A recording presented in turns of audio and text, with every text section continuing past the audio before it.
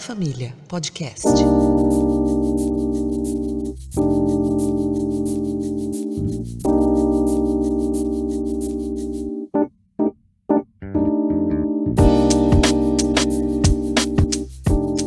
Boa noite, amigos e amigas do podcast A Sagrada Família.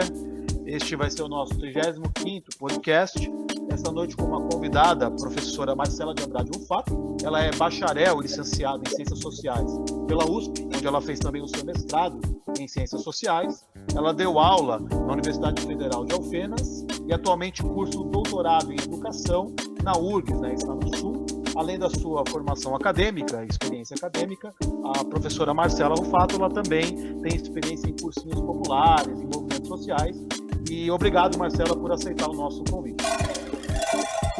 Universidade, Educação Popular e Resistência. O professor Daniel Plácido entrevista a professora Marcela de Andrade Rufato. Eu que agradeço, Daniel. Estou muito feliz de estar aqui com vocês. Obrigado. Marcela, para a gente começar então a nossa conversa de hoje, eu queria te perguntar uma coisa, né? Comenta para a gente um pouquinho o que você pesquisou, tem pesquisado na universidade estes anos todos, né? Qual que é o foco da sua pesquisa, do seu estudo?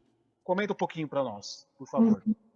Tá, bom, eu estou na universidade desde 2013, né, como professora, então já tem aí 7 anos, e o meu campo de atuação, na verdade, tem sido mais com formação de professores, né, especificamente a formação de professores em ciências sociais, então a licenciatura em ciências sociais. E as pesquisas que eu tenho desenvolvido agora no doutorado, mas também o trabalho que eu vinha fazendo na Unifal, eles estão na temática do ensino de sociologia hoje, né? Então, lá eu trabalho com as disciplinas de estágio e de metodologias de ensino, né? Antes de eu sair, de ter o afastamento da Unifal para fazer o doutorado, eu contribuí com a reforma curricular, né, que nós fizemos no concurso, por um lado, atendendo a demanda que foi colocada, né, pelas diretrizes nacionais, pelas novas diretrizes nacionais de formação de professores, que foi publicado em 2015 e que acabou agora sendo revogada pela BNC, formação, né, não que está diretamente relacionada com a BNCC do ensino médio. Então, em partes, a gente fez a reforma curricular correspondendo a essas demandas legais, mas também a um certo acúmulo que já estava sendo criado dentro do corpo docente com relação à formação de professores, as especificidades da licenciatura, e mais do que isso, também uma vontade de superar esse modelo tradicional que a gente tem no Brasil para a formação de professor especialista, que é o modelo do 3+1. Então, eu acho que, por fim, a gente chegou, né, num novo currículo, que é um currículo bem moderno, bem de acordo com o que tem sido discutido atualmente no campo, pensando a formação de um professor reflexivo, mas também pensando uma formação para a diversidade, para a democracia e tudo mais. Então, essa tem sido minhas preocupações, né? Eu, antes de ir para a universidade, atuei no ensino médio, né, com sociologia e filosofia também, um pouquinho, além de trabalhar com os cursinhos populares. Trabalhei tanto no setor privado quanto no setor público, a maior parte no setor público, que acho que foi também minha grande escola, né? E aí as questões que tive nessa experiência levei para a universidade e continuei trabalhando com elas, só que aí do outro lado, né? Não mais no lado do chão da escola, mas junto com quem está no chão da escola, com os estágios e com as reflexões que a gente, né, pensou agora para o curso. E aí, agora que eu estou aqui na URGS, né, foi um movimento interessante, porque aí eu pude já tinha vivido a minha experiência de formação na USP, e aí, quer dizer, agora que a gente está nesse outro lugar, tinha uma preocupação, né, de pensar de um curso que não repetisse erros que eu achava que tinham sido cometidos na minha formação. E aí agora tive a experiência de também, agora estou tendo a experiência de perceber como é que é esse movimento aqui na URGS. Também tem sido bem bacana para ter mais certeza do trabalho que a gente tem feito lá na Unifal, e também para perceber, né, como as políticas em educação no Brasil, elas são altamente regionalizadas e tudo mais. Mas é isso. Minha pesquisa específica do doutorado agora é no ensino de sociologia, mas na temática das relações étnico-raciais. Então, dei uma afuniladinha ainda, mas pensando questões que me foram colocadas quando eu estava como professora na educação básica e depois também no processo com a formação de professores. Ok, Marcela. Aproveitar e te perguntar uma coisa. Você comentou, né, que a situação muda, né, de região para região, estado para estado. Na época que eu fiz licenciatura, né, em filosofia, eu fiz uma matéria junto com o pessoal das sociais, né? E Tá? num determinado momento, a professora perguntou quem ali efetivamente queria dar aula ou estava dando aula, né? Eu acho que mais duas pessoas e eu levantamos a mão, né, de umas 30 ou 40 pessoas, né? Então, a gente ficou meio surpreso, né? O pessoal está fazendo o curso de licenciatura, mas não pretende dar aula, pelo menos não como primeira opção, né? O que você sentiu aí trabalhando aí com o pessoal que faz estágio, etc. A carreira docente hoje, para quem vai dar aula de ciências sociais, sociologia, né, de humanas, é atraente? O pessoal não tem se interessado? Como é que você vê isso na sua experiência? Tá. Na minha experiência, Daniel, eu tenho percebido que isso varia muito de universidade para universidade, especialmente de com qual classe social aquela universidade está atendendo em termos de público. Então, quando eu estava nas ciências sociais na USP, quando eu estava fazendo a minha licenciatura, eu também vivi situação parecida com a sua, né? Então, dos meus colegas lá nas ciências sociais, eu fui uma das poucas que foi para a licenciatura na minha turma, sabe? A minha turma foi uma turma que foi muito prejudicada por greves e tudo mais, teve muita evasão, mas ainda assim, quem ficou, poucos foram para a licenciatura, e dos poucos que foram, tinha isso que você colocou, que as pessoas iam para a licenciatura, mas não tinham vontade de dar aula, elas iam porque era um diploma a mais. Eu percebo que na USP tem muito isso, também um pouco por conta da estrutura de como as licenciaturas estão pensadas hoje, né? Você não entra direto no curso de licenciatura, né? Você entra no bacharelado e aí depois você escolhe abrir a licenciatura. Pelo menos nas ciências sociais, na filosofia tem sido assim. Já tem alguns outros cursos que você entra direto na licenciatura, química e física, até onde eu me lembro, isso já acontece. Física eu não tenho certeza, mas química eu tenho, porque inclusive tem uma diferença bastante no currículo, né? Agora já tem também, já está para completar aí 20 anos que eu ingressei na USP. Então, eu imagino que talvez a coisa mudou.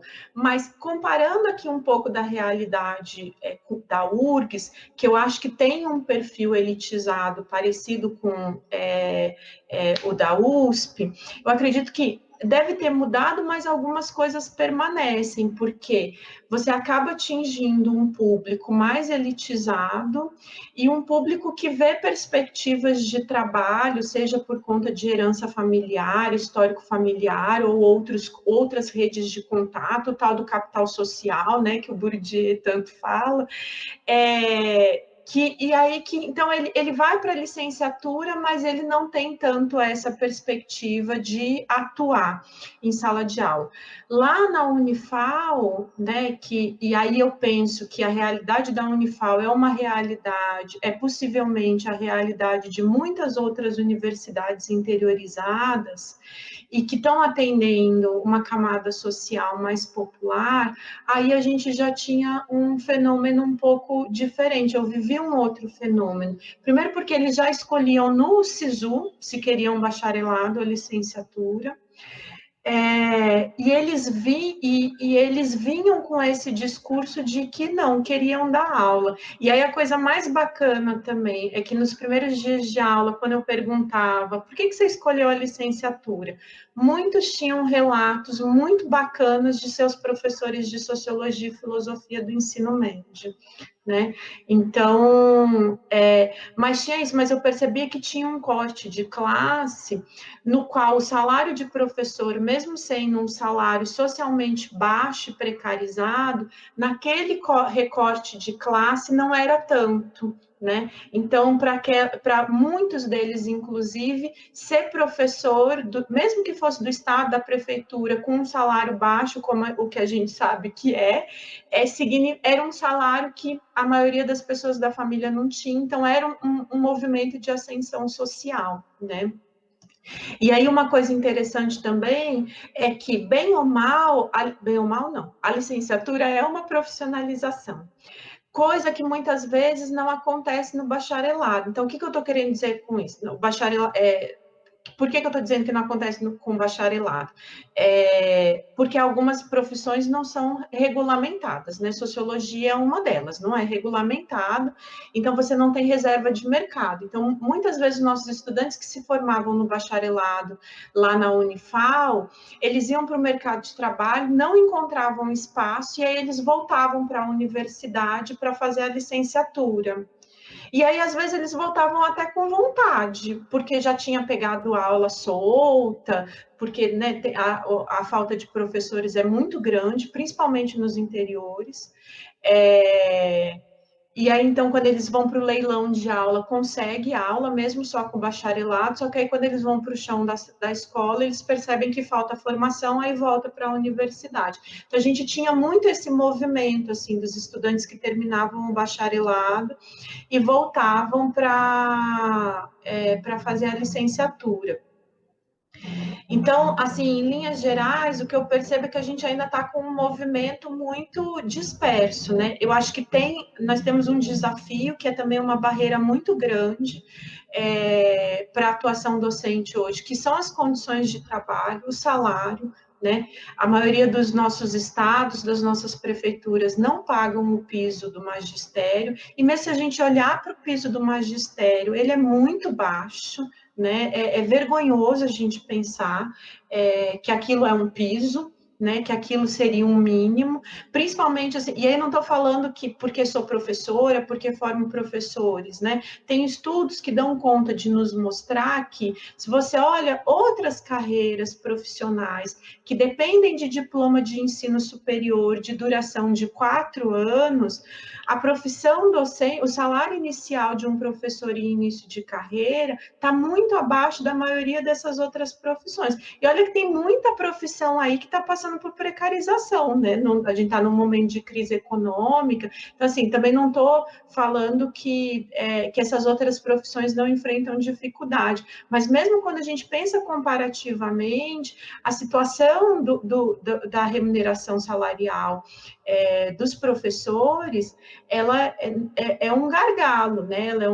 Ela é um impedimento, sim, para que pessoas bacanas que querem fazer investimento na carreira sigam nela. E aí fora todas as outras questões que estão para além do salário, né? Que é de, bom, você conseguiu o emprego, está concursado, está recebendo seu salário, mas você chega em sala de aula, não tem giz, a lousa está furada, a lousa já não perdeu o verniz, você não consegue escrever, o livro didático por alguma razão não chegou, a sala de aula está com goteira. Então, fora as outras questões da condição de trabalho, a violência que se sofre em sala de aula. Então, acho que isso é uma questão muito séria também, né? Mesmo lá na Unifal, onde eu percebo que os estudantes tinham uma vontade, um desejo maior de seguirem na carreira, eles tinham também muito receio das dificuldades que vinham da carreira. Então, quando eles iam para os estágios, né,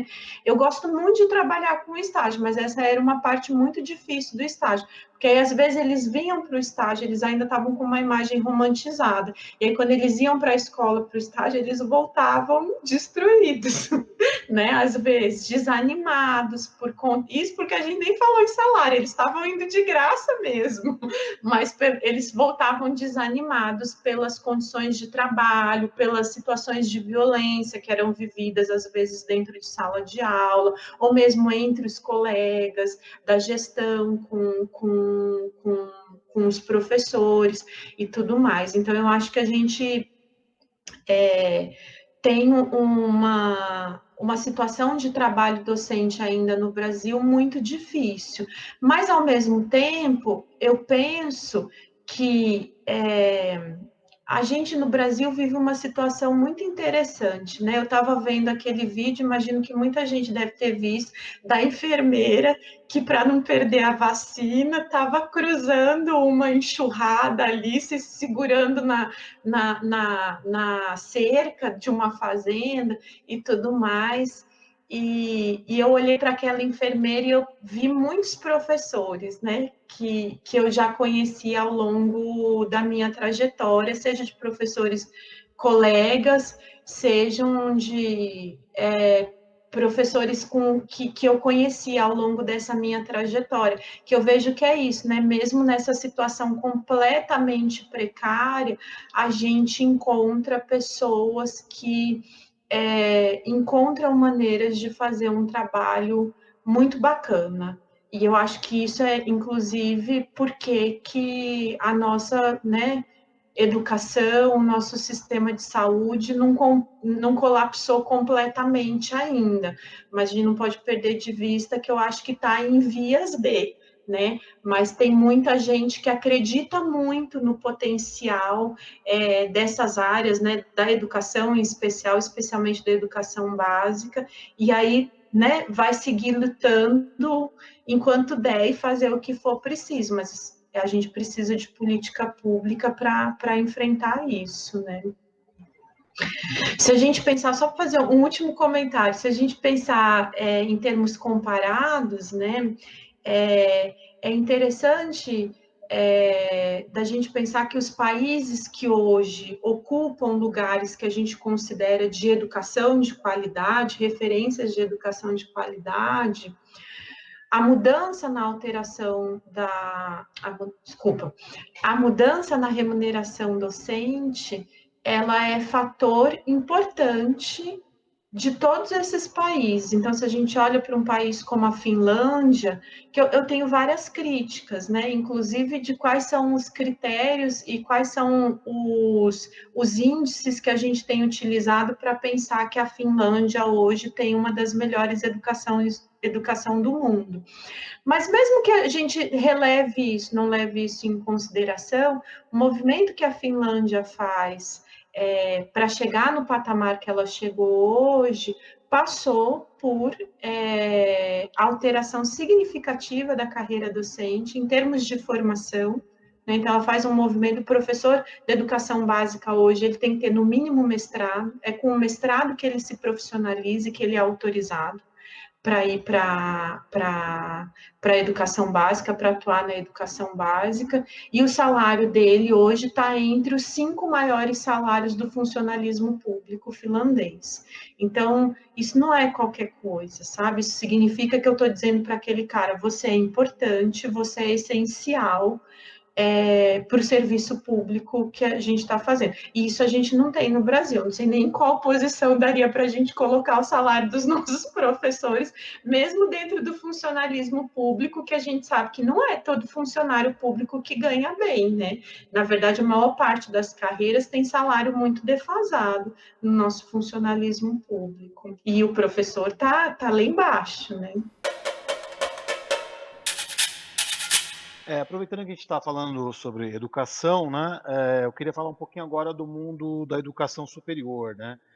Como é que você vê essa conjuntura atual, a situação da Universidade do Brasil? A gente está falando de educação básica, né, que é uma Sim. situação calamitosa, os professores, salário, trabalho precarizado, tudo que acontece que a gente conhece um pouco, mas você que está aí como professor universitário e está agora concluindo o doutorado, como é que você vê esses cortes que estão acontecendo, cortes das bolsas, interferências, né? Estão querendo agora validar que o governo pode não respeitar, né, a lista tríplice. Como é que você vê hoje?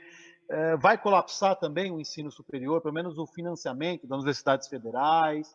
Como é que você está vendo isso, Marcelo?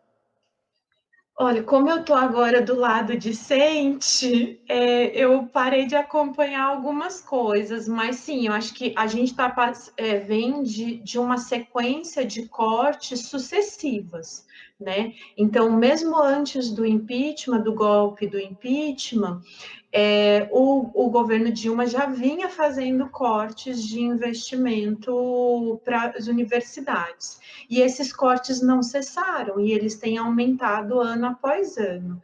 E aí, o que é o pior disso tudo? É que nesses cortes, quem mais perde, em geral, são os estudantes. Então, as primeiras coisas que foram, né, caindo, debandando, assistência estudantil. Os sistemas que a gente tinha de assistência estudantil, hoje, as universidades não conseguem manter, são muito mais precários. E aí as outras coisas, né? Eu acho que colapsar completamente não colapsa porque a gente também tem na universidade esse espírito que eu vejo na escola e na saúde pública, que é disso, né? As pessoas têm existem muita, eu diria na maioria, né? Não são todas, mas existe na maioria das pessoas que trabalham ali, elas acreditam na função e na importância social daquela instituição. Então, eu vejo na universidade, né? E me coloco também nesse lugar. Muitos colegas funcionários técnicos do corpo administrativo e tudo mais, que o corte vem, a gente põe a criatividade para funcionar e tenta contornar a situação, mas vai chegando num ponto que a coisa fica insustentável, né? E aí coisas que eram possíveis fazer antes, a gente deixa de fazer. E aí normalmente vai pendendo para o lado mais fraco, né? Então, na parte da atuação docente, eu percebo que quem mais tem perdido é a extensão. Antes a gente tinha verba para fazer atividades de extensão, que hoje a gente não consegue fazer. É claro que, por acreditar naquilo, muitos colegas continuam fazendo, mas tem atividades que você demanda de verba direta, e que aí quando a verba cessa, você não dá conta de fazer. E aí, às vezes, é a verba da gasolina que vai te levar na cidade do lado e tudo mais, bom que seja, mas dependendo de onde a universidade está situada e de qual que é o impacto regional que ela tem, isso é um impacto muito grande. Vou contar um caso voltando ali para a minha realidade da Unifal. Como eu trabalho com estágio de sociologia, sociologia só tem uma aula por semana, né? Os professores de sociologia, para fechar a jornada de 25 aulas, pegam 25 turmas. Então, e isso impacta também na formação que a gente faz no estágio, porque a cidade é pequena, são só 6 escolas de ensino médio e tudo mais. Então, já há bastante tempo a gente atua com os estágios, não só na cidade de Alfenas, mas nas cidades do entorno. Mas normalmente a gente depende da boa vontade do estudante. Então, é o estudante que vem de outra cidade fazer o curso em Alfenas, e aí ele faz o estágio na cidade dele e tudo mais. Quando a residência pedagógica e o PIBID chegaram, o PIBID antes, né, o residência pedagógica depois, e a gente pôde dar bolsa para os professores que eram supervisores nas escolas, e para os estudantes, a gente conseguiu estruturar o estágio de outra forma, o estágio, as atividades práticas da universidade. Mas antes mesmo disso acontecer, o caso que eu queria contar é que eu tenho o costume de, os meus estudantes, durante o estágio, né, eles fazem regência de aula mesmo, né? A gente combina com o professor que está acompanhando ele e tudo mais, e eles fazem algumas regências e eu sempre vou ver pelo menos uma. E aí, uma vez eu fui fazer, eu estava com uma estudante que era da cidade do lado, de uma cidade chamada Areado, mas ela estava fazendo estágio na outra cidade, que é uma cidade menorzinha ainda, chamada Alterosa. Acho que Alterosa não tem nem 30 mil habitantes. E aí, o dia que eu fui avaliar a regência dela na escola, eu percebi o impacto que uma universidade pode ter num contexto regional desses, assim. Primeiro porque eu fui recebida com um carinho muito grande. Mas, para além do carinho, tinha uma admiração, tinha uma... Era como se fosse um evento, sabe? Eu senti que eu era famosa, sabe? Que eu aparecia na TV, as pessoas saíam, os estudantes saíam da escola e iam para o pátio, queriam me ver. Ah, o quê? Uma professora da Unifal, uma professora universitária, aqui, eles queriam, o diretor foi me receber, passou um tempão conversando comigo, apresentou toda a escola, e aí ele falou assim, olha, nunca a gente tinha recebido um professor universitário aqui, e um professor de uma universidade federal ainda. Então, e aí, eu não tinha ido lá para isso, mas eu imagino que o fato de eu ter ido, com certeza impactou alguns estudantes no sentido de querer saber um pouco mais sobre a Unifal e, de repente, até vislumbrar fazer o Enem, participar do SISU e, de repente, estudar naquela universidade que estava ali perto. Quando a gente está em universidades grandes e grandes centros urbanos, a gente, às vezes, não percebe esse impacto que a universidade tem, né? Mas lá na Unifal eu aprendi muito isso. As universidades interiorizadas, elas têm uma potencialidade de impacto regional muito grande, né? Que é muito bacana. Só que quanto mais você corta as verbas, mais você impossibilita que esses fenômenos aconteçam, porque acaba que a universidade entra num malabarismo de manter o que ela tem. E aí, para manter o que ela tem, ela vai se restringir, ela vai acabar restringindo o alcance dela cada vez, né, deixando cada vez mais limitado. Então, acho que isso é uma questão que a gente tá vivendo, né? Fora todo o processo de elitização que eu imagino que a gente vai viver nesses próximos anos, por conta da falta da assistência estudantil, por conta dessa última edição do Enem, completamente equivocada, né? E que já selecionou de antemão quem vai para as universidades, que foram aquelas pessoas que conseguiram fazer o exame nesse ano completamente excepcional, né, e que demandava também um Enem excepcional, e que não foi o que a gente teve. Então, eu percebo isso, assim, né, que a gente está vivendo um momento muito difícil, e aí, para além disso, nós estamos tendo ataques ideológicos, né, nós estamos tendo os ataques, acho que mais do que ataque ideológico, ataque político. Toda atuação na universidade, ela é sempre política, mas agora a gente tem tido ataque no sentido de fortalecer esse desmonte. Então, a gente tem os interventores, né, que foi o que você bem colocou, acho que a gente já passou de 12, né, reitores que foram nomeados desrespeitando os primeiros lugares da lista tríplice, ainda que eu acho que essa é uma questão complicadíssima. A legislação da lista tríplice tinha que já ter sido alterada há muito tempo. A gente não tinha que ter lista tríplice, a gente tinha que comunicar ao MEC quem é o novo reitor. Eu acredito nisso, que esse é um elemento importante. Quem é o novo reitor, quem é a nova reitora, né? Tinha que fortalecer a democracia interna, porque hoje, inclusive, a leitura que a maioria das universidades fazem não permite uma eleição paritária. Então, normalmente as universidades elas fazem consultas paritárias, mas quem decide são os conselhos universitários. Às vezes nem a consulta é paritária, mas quem decide são os conselhos universitários, que não são órgãos, não são colegiados paritários. Essa é toda uma outra questão, toda uma outra discussão, né? Mas 70% dos conselhos universitários, eles são formados por docente, os outros 30% é dividido entre técnicos, entre funcionários e discentes.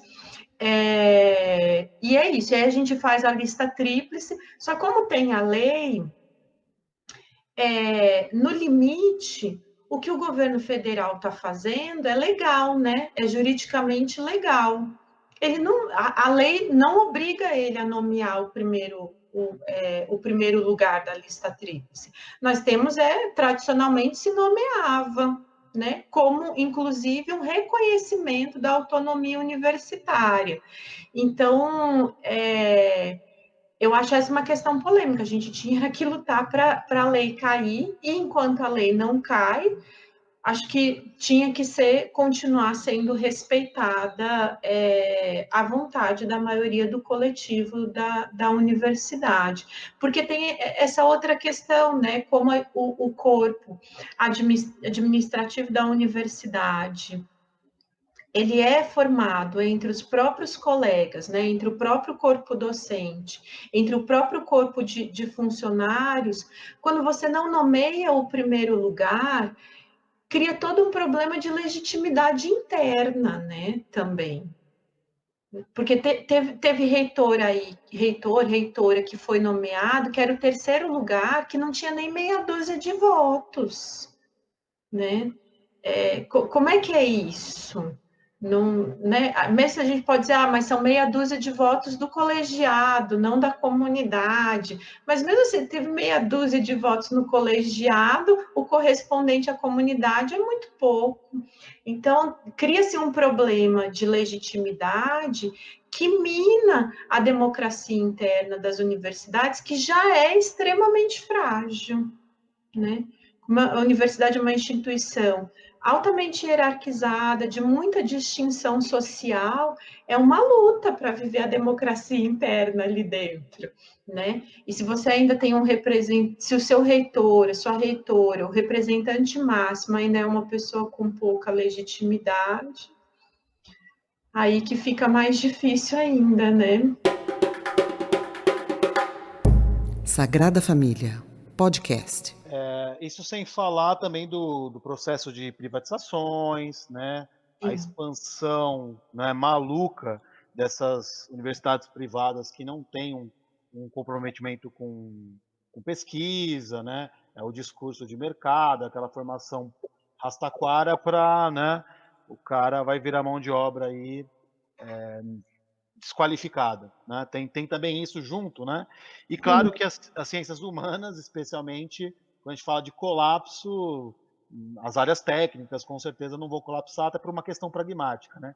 Mas eu pensando mais as ciências humanas, elas estão sob esse ataque, né? Que você estão em foco, né? Em evidência, né? Pela questão ideológica também, né? Me parece que isso também é parte desse processo todo de precarização e de ataque da universidade. Porque quanto mais você corta o investimento, mais você abre espaço para o setor privado.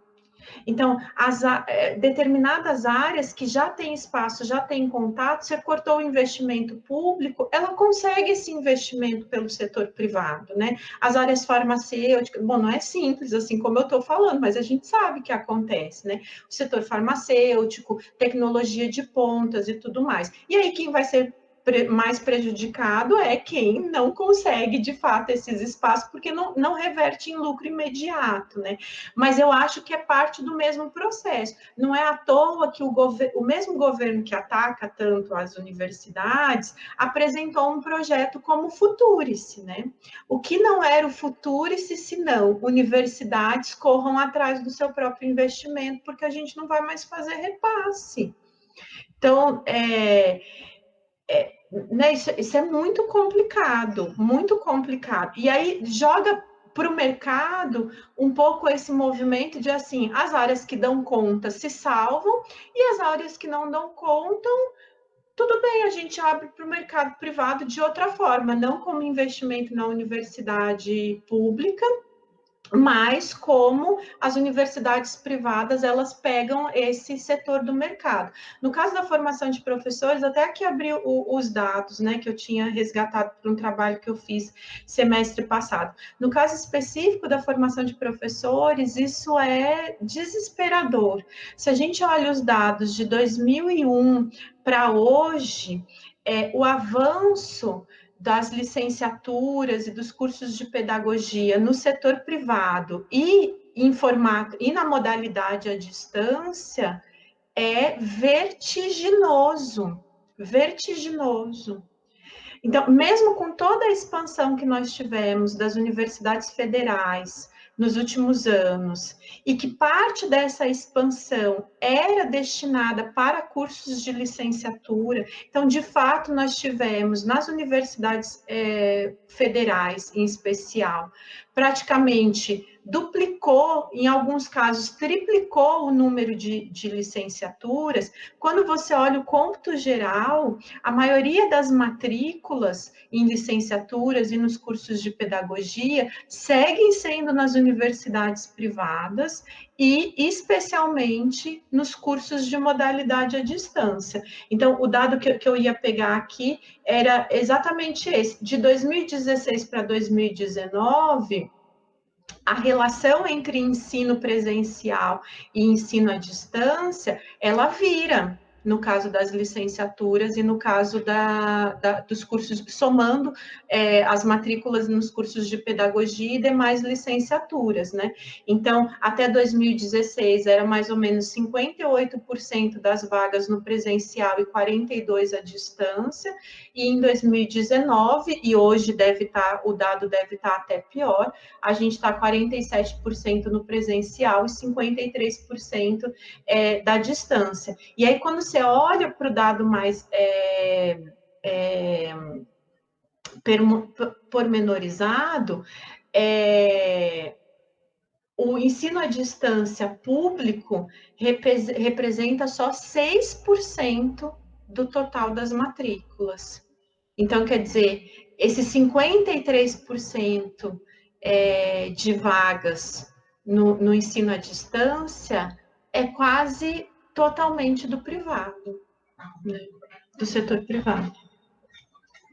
A gente vê até por trás da BNCC, a gente vê coisas como a Fundação Lehman, atuando, que vai nessa direção desse discurso do mercado, né, competências e habilidades, né, e é complicado. Mas, ainda falando sobre educação, Marcelo, eu queria mudar um pouquinho a direção da questão, mas tem relação com a universidade, né? Eu sei que você atuou durante um bom tempo como professora e coordenadora de cursinho popular, né, da rede Emancipa, né? E queria que você contasse um pouquinho como é que foi essa sua experiência, professora e coordenadora em cursinho popular. Você acha que, de fato, os cursinhos populares eles têm feito uma diferença social, têm ajudado a colocar esses jovens de uma situação de renda mais precária na universidade, tem mudado um pouco esse quadro de elitização, esse verdadeiro muro, né, que existe, né, com certas classes em relação à universidade. Comenta para nós isso, por favor. Tá. Eu fiquei 7 anos, né, no Emancipa como professora, primeiro pouco tempo como professora, depois logo como coordenadora, primeiro como coordenadora de cursinho, depois como participante da coordenação da cidade de São Paulo, depois da coordenação estadual de Minas Gerais, e participei também do movimento de criação de uma coordenação nacional do Emancipa, né?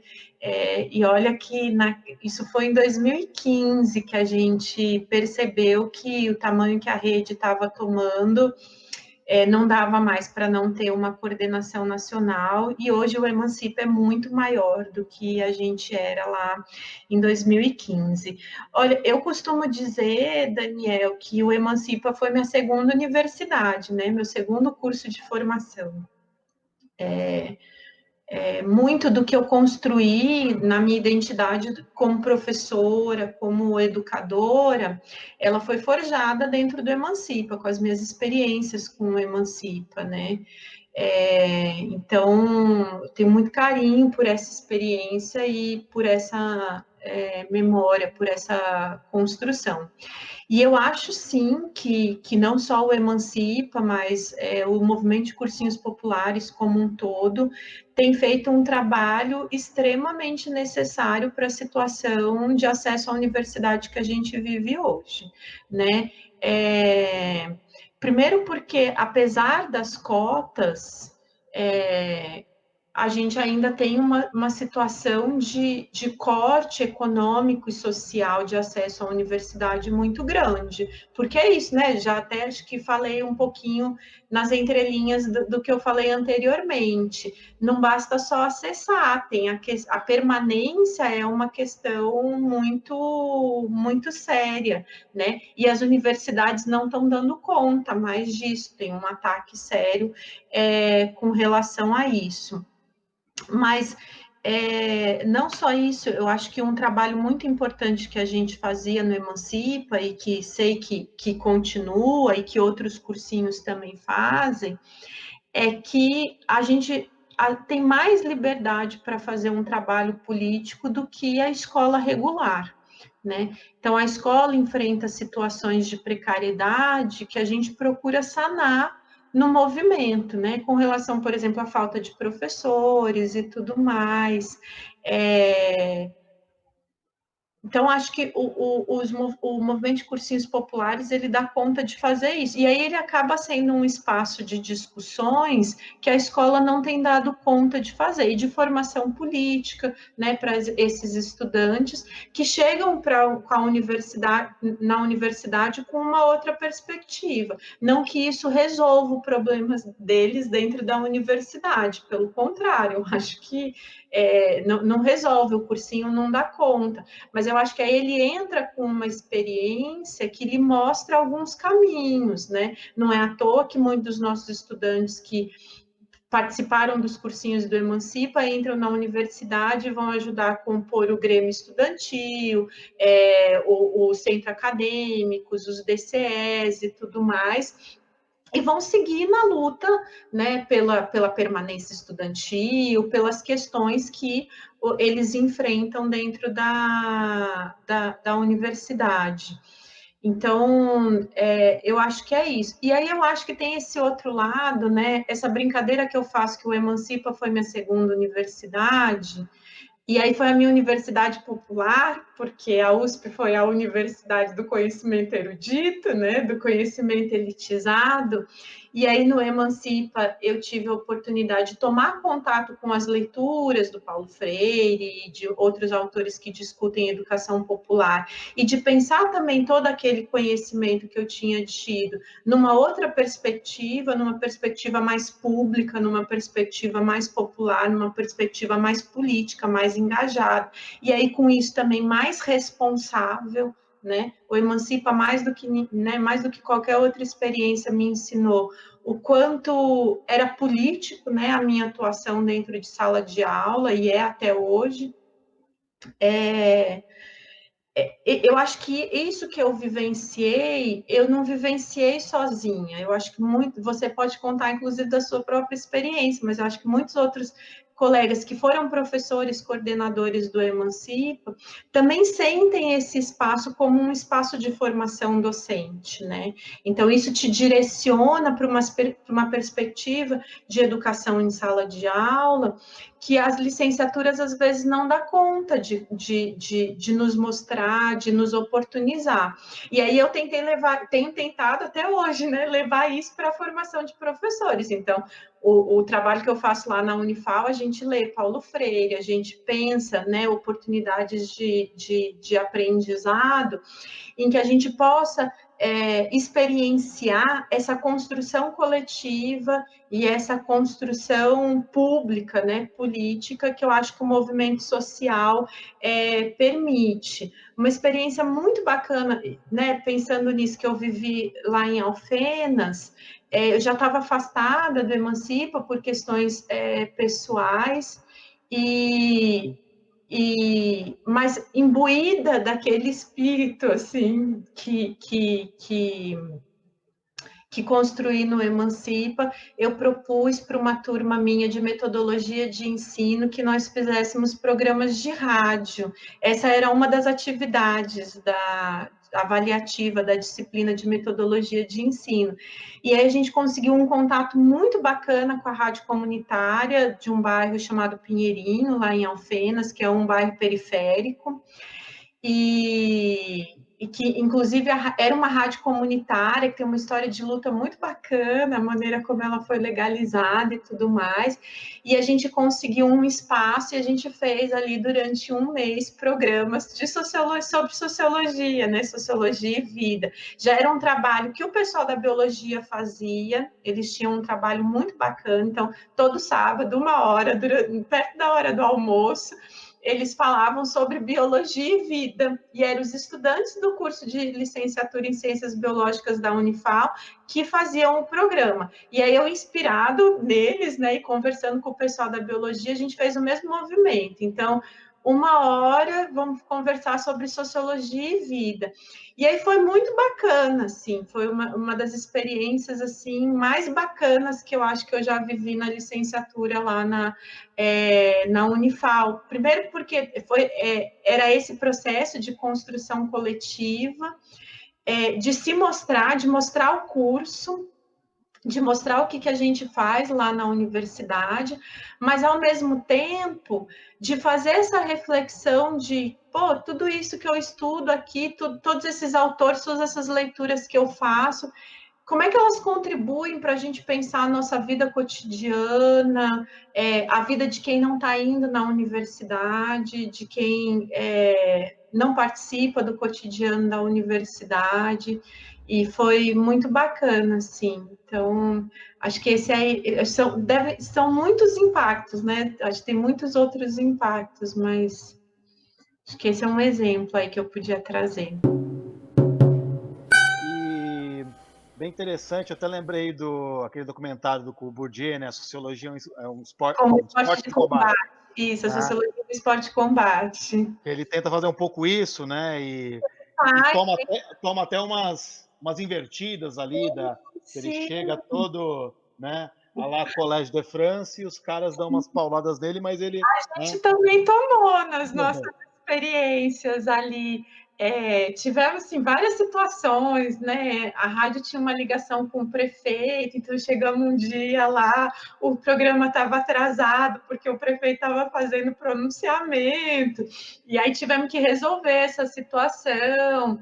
Tivemos a situação, os ouvintes podiam ligar para a rádio, fazer perguntas e tudo mais. Não teve muita ligação, mas só a expectativa de ter, né, deixava os estudantes nessa questão. E essa experiência do Bourdieu era também uma inspiração, né? Quando eu falo em sociologia pública, estou pensando nisso, né? Que não dá para a gente pensar todas as ciências humanas, né? Estou falando da sociologia porque é a minha área, mas não dá para a gente pensar como um conhecimento que vai ficar ali restrito ao espaço da universidade. Se o nosso conhecimento fica só na universidade, é porque tem alguma coisa que a gente precisa calibrar melhor, né? Ainda mais a sociologia, que é uma ciência que se pretende ser da sociedade. Se ela não tiver em diálogo com a sociedade, o risco de falácias, né? O risco de erro é muito grande.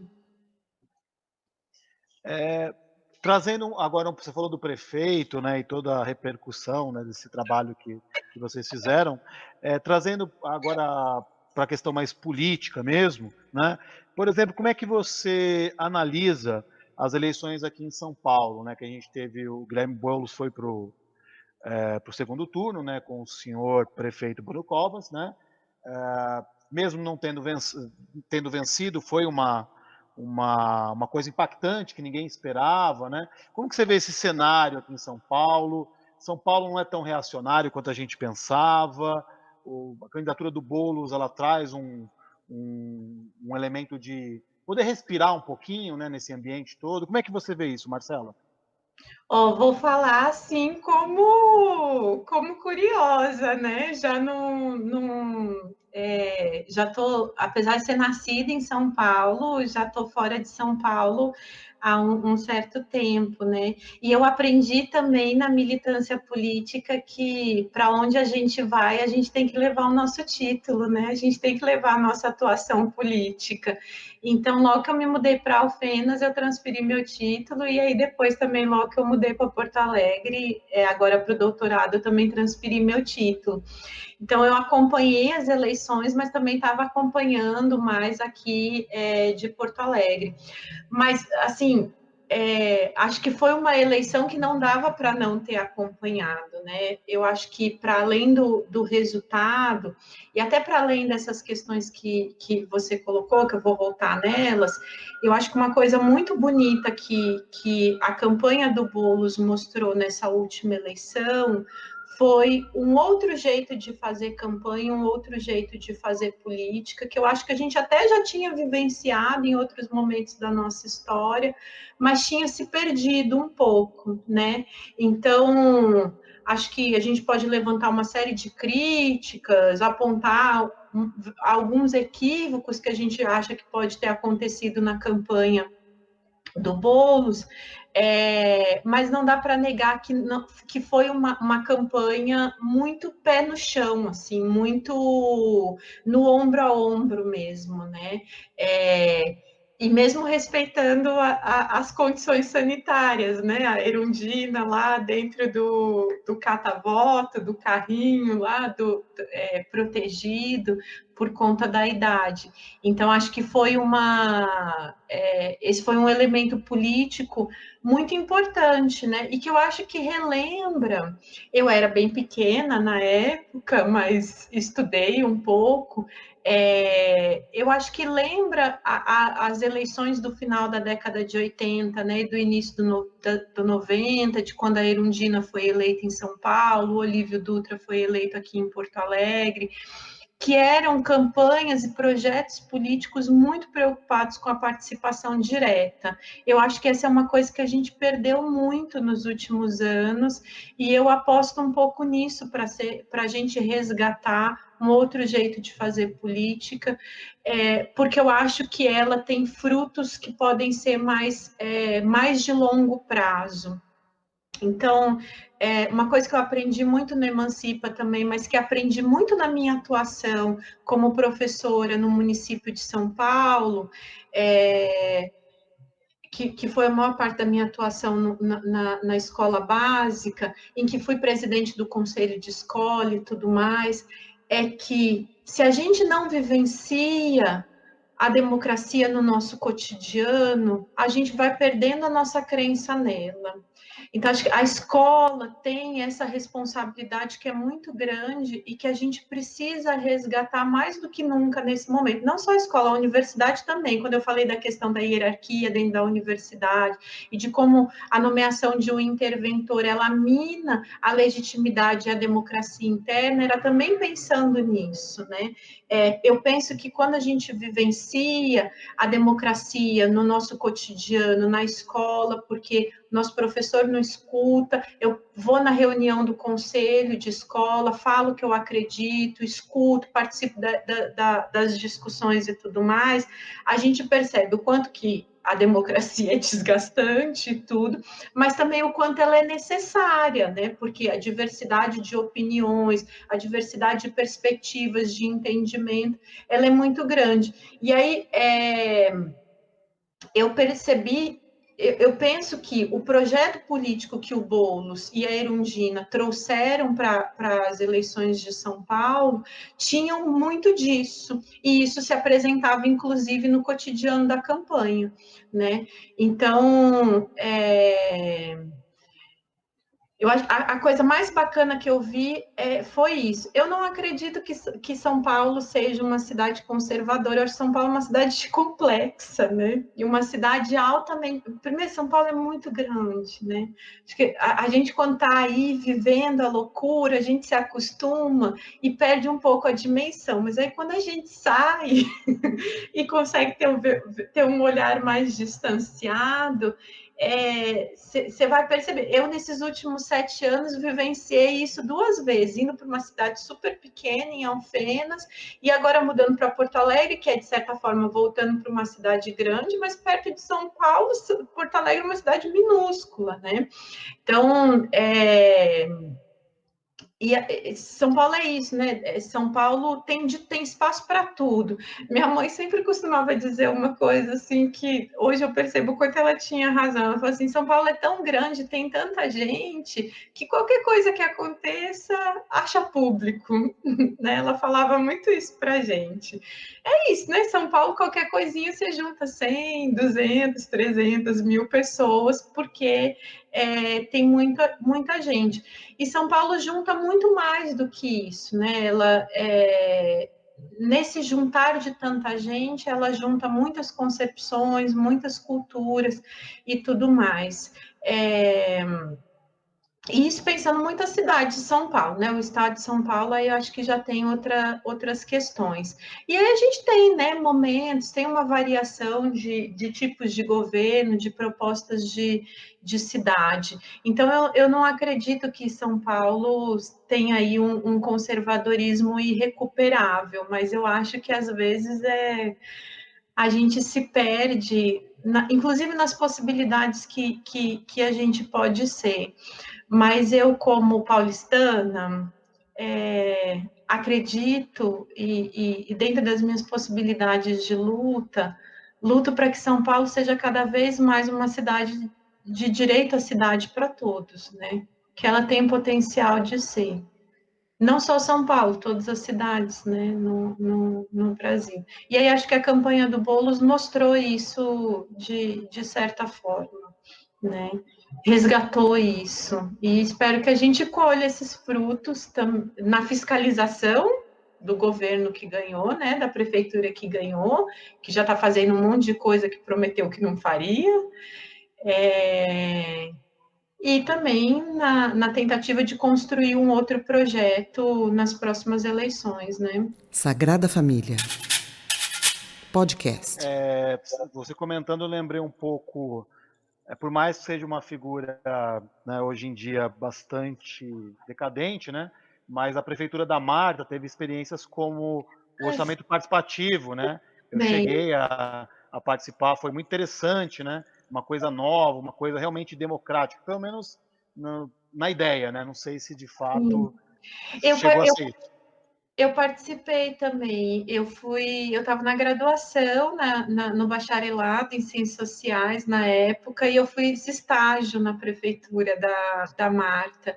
E eu fiz estágio na secretaria que era comandada pelo Márcio Postman, que era a secretaria dos programas sociais. E eu vi umas coisas assim muito bacana, muito bacana. Tem muita gente que fala que, né, que os orçamentos participativos não serviam para nada, que vão os grupos lá que já estão em disputas e tudo mais. Tem isso, mas tem muitas outras coisas também, né? A gente lá nessa secretaria, que era a Secretaria do Trabalho e do Desenvolvimento Social, os programas sociais eles eram aplicados de acordo com o mapa da vulnerabilidade, que tinha sido feito por uma professora da PUC, daí de São Paulo. E aí teve alguns distritos que, por conta disso, iam ter a aplicação dos programas sociais postergada, porque estava se dando prioridade para os distritos de maior vulnerabilidade. E via reunião do orçamento participativo, eles conseguiram antecipar a realização dos programas. Então, isso eram coisas muito bacanas, assim, e que eu acho que é isso, assim, mais um exemplo de como democracia direta é importante esses mecanismos, instrumentos de democracia direta são importantes, e eu acho que são coisas que a gente precisa resgatar, não querer reimplantar como eram, mas atualizar e investir, né? Marcelo, uma última pergunta, né? Na verdade, são duas. Nenhuma das duas é muito simples, né? Eu sei que você não tem uma bola de cristal, né? Nenhum de nós, infelizmente, tem, né?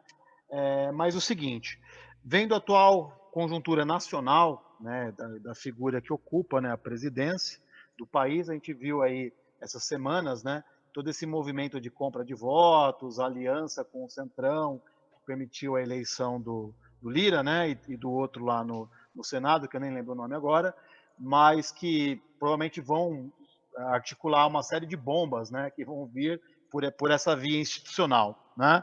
Já começaram, inclusive, com a questão da autonomia do Banco Central, né? Você acha que os movimentos sociais vão conseguir resistir ao que vem pela frente? Há ainda uma possibilidade de um golpe, teve o golpe soft, né? Que foi o impeachment, né? Mas agora um golpe hard, né? Com tanques e coisas do tipo. Será que é possível ainda? De repente, se o sujeito for perder a eleição, né? Em 2022, no campo institucional é possível uma candidatura que possa, de fato, confrontar esse sujeito? Como é que você vê isso? Acho que foi mais de duas perguntas, né? Foi umas 3 ou 4. Né? Mas, conjuntura, o que vem pela frente e o que podemos fazer? Aí vou falar de novo como opinião pessoal, né? Como é que eu estou vendo, não sou estudiosa dessas coisas e já também não estou mais tão organizada, acompanhando leitura de conjuntura mais organizada. Mas, bom, eu acho que a gente está num momento de conjuntura nacional bem difícil, né? Como você bem colocou.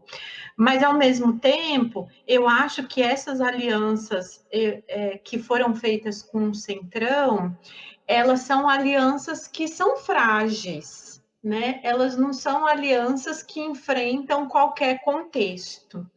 E aí isso pode, então, nos deixa, né, como oposição, algumas possibilidades de brecha de atuação.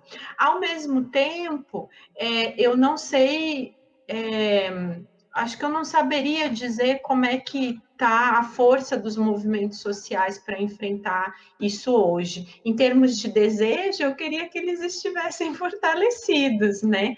Mas o que a realidade tem nos mostrado é que parece que a gente está num momento um pouco de limbo, de ressaca de atuação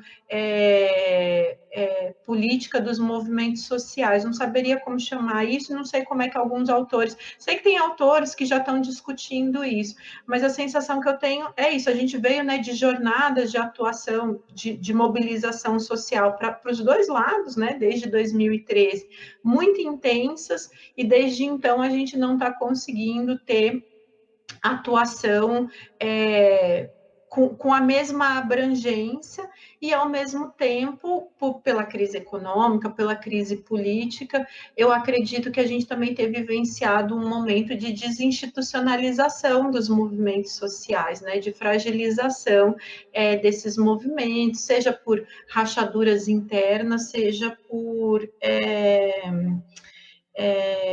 outras questões mesmo, né? Quando penso um movimento mais tradicional, como o movimento sindical, esse é um movimento que se enfraqueceu muito, né? Nesses últimos anos, ele não consegue mais ter o impacto que ele tinha antes. Mas mesmo os movimentos que não estão tão institucionalizados, que não tem lá a contribuição fixa, eles também não estão conseguindo ter um alcance tão grande. Eu acredito que a gente está num grande momento de disputa e dispersão política, né? Não é à toa que a gente teve uma eleição com mais de 10 candidatos, né? Todas as últimas eleições, elas têm sido eleições com grandes candidatos, com um número grande de candidatos, porque ninguém tem conseguido se alçar como favorito. E a maioria dos que estão ganhando com 1/3 do eleitorado, né? Porque 1/3 já está dando vitória, 1/3 se abstém, o outro, né? Os outros 2/3 se dividem, quem consegue passar um pouquinho na porcentagem leva. E isso são situações políticas, então, muito frágeis, que eu acho que pode nos levar à situação de golpe, mas, ao mesmo tempo, acho que um golpe também demandaria setores mais estruturados e mais encorpados, que mesmo quem está no poder hoje também não tem.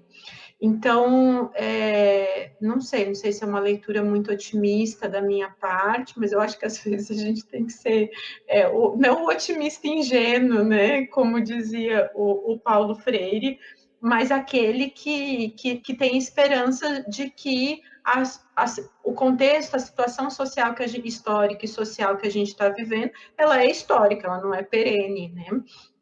E aí, então, temos que ver onde estão os pontos de conflito que podem nos proporcionar mudanças. Eu não sei se a gente resolve isso a tempo das próximas eleições, sabe? Mas é isso, é o que você falou, não tenho bola de cristal. Eu gostaria que a gente conseguisse resolver essas questões a tempo da próxima eleição, e principalmente em torno de projetos políticos e não de nomes, né? Que é um dos movimentos que tem sido feito eu acho que todos os movimentos estão sendo feitos. Tem um movimento de gente já se lançando, né, com o seu nome, e tem um movimento também de gente tentando construir propostas minimamente consensuais e de aliança para o ano que não, já é ano que vem, né? Para o ano que vem, para as eleições de 2022. Eu acho que a gente tem que acreditar que isso é possível, inclusive para participar desse movimento, fortalecer e fazer ele ser possível, né? Eu gosto da ideia de esperança do Paulo Freire, porque eu acho que ela é muito apropriada para o que a gente está vivendo, né? Para isso. O Paulo Freire gostava de lembrar que esperança não vem do verbo esperar, né?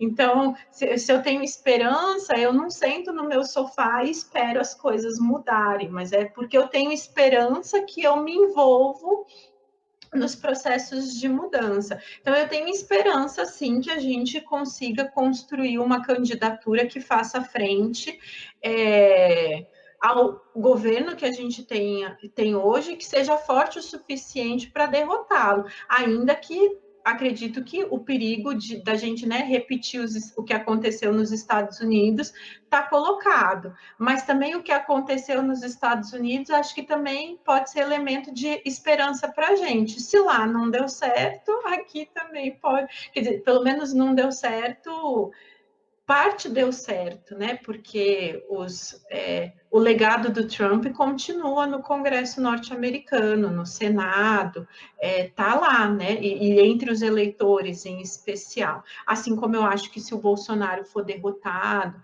e aqui também não é um projeto que vai ser completamente derrotado. Mas eu acho que sim, né? É muito provável que o nosso governo, se perder nas urnas, tente invalidar o movimento de eleição, e aí essa é uma das razões para que a gente para que a gente vá para essas eleições, de fato, muito fortalecido, com uma candidatura muito forte. E aí, assim, com tudo que eu acredito de política inclusive do que a gente vinha falando, né, de fortalecer as instituições, os espaços de democracia direta, eu acho que tem que ser um projeto construído no coletivo, em torno de projetos, né, não em torno de nomes. É claro que nome faz parte, mas o nome tem que ser a consequência, não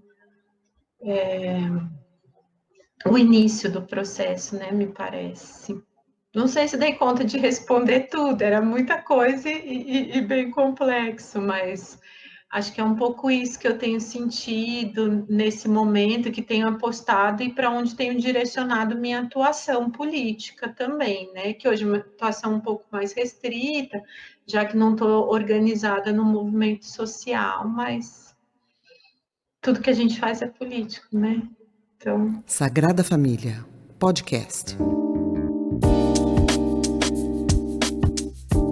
Não, deu conta sim. A sua resposta foi até melhor que minha pergunta. Não era nada. Bom, eu queria então agradecer, né, professora Marcela Ruffato, pela disponibilizar esse tempo para a gente bater um papo sobre esses assuntos, né? Fica aberto também o convite para futuras novas conversas, né, conforme a situação, o cenário for evoluindo. Mas muito obrigado, Marcela, pela conversa.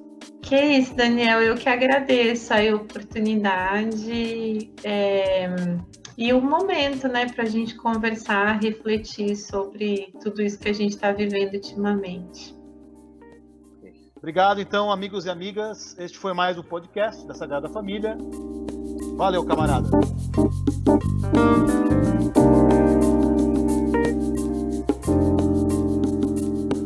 Escreva para nós pelo e-mail sagrada.familia.podcast@gmail.com ou através dos nossos perfis nas redes sociais, Twitter, Facebook e Instagram.